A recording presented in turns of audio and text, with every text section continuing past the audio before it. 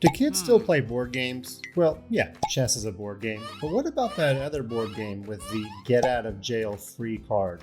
Well, today we're not going to get pieces out of jail. We're going to put them in jail. That's right. The whole topic of this lesson is how to make it so your opponent has one bad piece that can't move. And we're going to start with a classic example. In fact, it's a recent game that Funmaster Mike played. I was black and I was about to fork my opponent. So the rook moved back. Totally makes sense, right? Now pawn to e4 is not a fork. This is what I would call the classic putting piece in jail scenario. First, I took the knight. Now, after the white pawn takes back, it turns out this is the bishop that we're going to put in jail. This is a very common pawn structure for the bishop to be in jail. It can sometimes happen on the queen side as well. The light squared bishop would be on this square. But the reason is because this pawn, if it can't move forward, then this pawn can't move forward and this bishop can't get back in the game. The next move here is the key one. If I don't play this move, then we're not going to be able to lock this bishop up and throw away the key. Notice that white is about to play the move f4 and basically free the bishop. There's a ton of pressure on this pawn, and even if I push the pawn, then white could push again and the bishop would be reopened on this diagonal. So the move to throw away the key? Pawn to g5, and the bishop is now in jail forever. I don't even have to win the bishop. I'm basically just playing a chess game here where white is not using the bishop. I can play really any moves I want on the queen side. As long as white can never play the move f4, the bishop will never get out. Now, one thing I do have to watch out for is this move h4, because if h4 happens, if I take and the bishop takes, suddenly the bishop is actually aiming at one of my weaker pawns. So I need to keep this pawn on h7 back at home. I know it's really tempting in this position to play a move like h5, but let's see what would have happened. My opponent played king h1, and if I had played h5, I know everybody wants to win that bishop, right? But we're not trying to capture the bishop, we're just trying to keep him in jail. White can actually play the move h4. Now I've got a problem.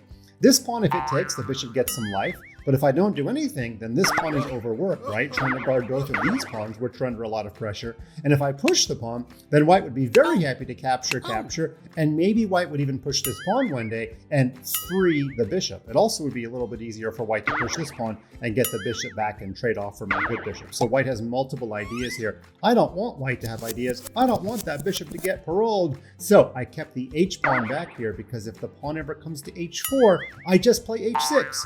And of course, if capture, I will capture this way, and the bishop will remain in jail. I do want to mention, we're going to move a couple moves down the road in this position. White should have probably tried to sacrifice a pawn to get the bishop out into the game. So we actually arrived at this position, and what white should do is push this pawn just to give it away, and then when I take, then play the other pawn to the square f3 and trade the bishops. It's totally worth a pawn. Notice it's not even a very good pawn in this position to give away just to get this bishop out into the game. But what I eventually did, we're going to play a couple more moves. I played f5, and then after f4, okay, it's totally efficient. This bishop is in jail forever. It's almost not even legally able to get out. That's the classic example.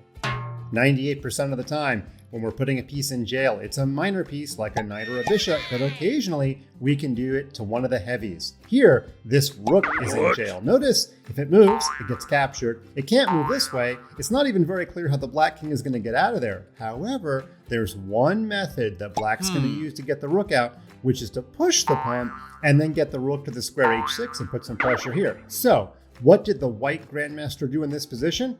Well, it's super complicated, but he played the move h5. He could have actually played some other developing moves, but this shows our concept clearly. He has locked the rook up and thrown away the key. It's not clear at all how that rook is going to get out. In fact, it was so sad for the rook that black actually played rook h7. Can you believe that move? Just hoping the pawn would take, because then at least the knight would be able to get out. That is a very sad state of affairs when the best move is rook to h7.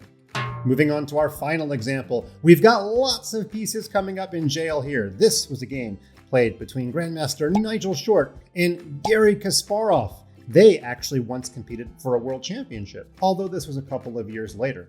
Now, Nigel played the move b4, and you might be thinking, oh, I know, Funmaster. We're actually going to put this bishop in jail. Well, kind of, yeah, kind of. The bishop was about to come to c5 and trade off for one of white's bishops, and black has less space, so trading is usually pretty good. Now, the bishop does actually have one safe square, and it's totally true that Nigel could play the move h4 and kind of put this bishop in jail, although it does have some ways of going backward later on. But it turns out we're going to focus more on the knight. In this position, Garry Kasparov noticed his knight couldn't get to either of these good squares, so he moved it to g7. And now Nigel realized, hey, this knight has a couple of good squares to get in the game, probably f5, and white played the move g4, putting this knight in jail. Not a permanent jail, it's not maximum security, but it is minimum security. This knight is just having a really tough time getting in the game.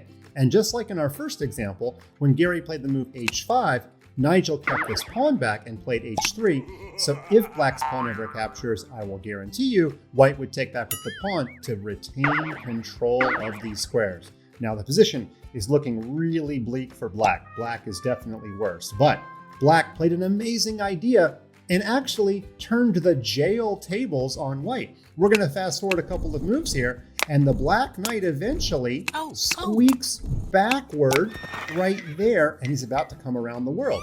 Now white says, okay, your knight's getting in the game, but I'm going to come here and I'm going to fork you. Looks like black is just worse. I mean, isn't this rook and pawn attack, and isn't the rook actually just trapped? It looks like the rook's in jail. We've got, frankly, too many pieces going in jail in this game. But black saw more. That's why Garry was world champion for so long. He played the move knight to d5. Now, if you take the knight, black takes back, and black is totally okay. So white instead moved the queen. The rook still looks like he's in big trouble, but Garry played knight takes c3. What an amazing chess move. Now, if you take with the rook, black recovers the piece with interest, as we say. This is a very good position for black. So we need to go back. Instead, Nigel had to capture with the bishop, and it looks like, hey, you know, black's just lost a piece. But then we had queen b6 check. Oh, okay, putting some pressure on this bishop. So the king moved forward. And now rook c7, and bishops famously cannot guard each other. But what do we do to even save this bishop? The bishop had to go to a8, that's right. But then after rook to c4, the only place to move the queen to continue guarding the bishop was b7. But then after Garry traded queens, he played rook b8, and the only place to move the bishop now is a6. The bishop has put himself in jail. And Garry played the move rook to b6, and amazingly, he went from having a knight in jail to putting this bishop in jail, and black went on to recover the piece. Because after rook to a1, rook back to c6, rook on c to c6, that is, and we have two wardens putting the bishop in jail. I think my analogy has gone too far. The best white could do was get a pawn for the bishop, and after takes, it ended up being a draw in a couple of more moves.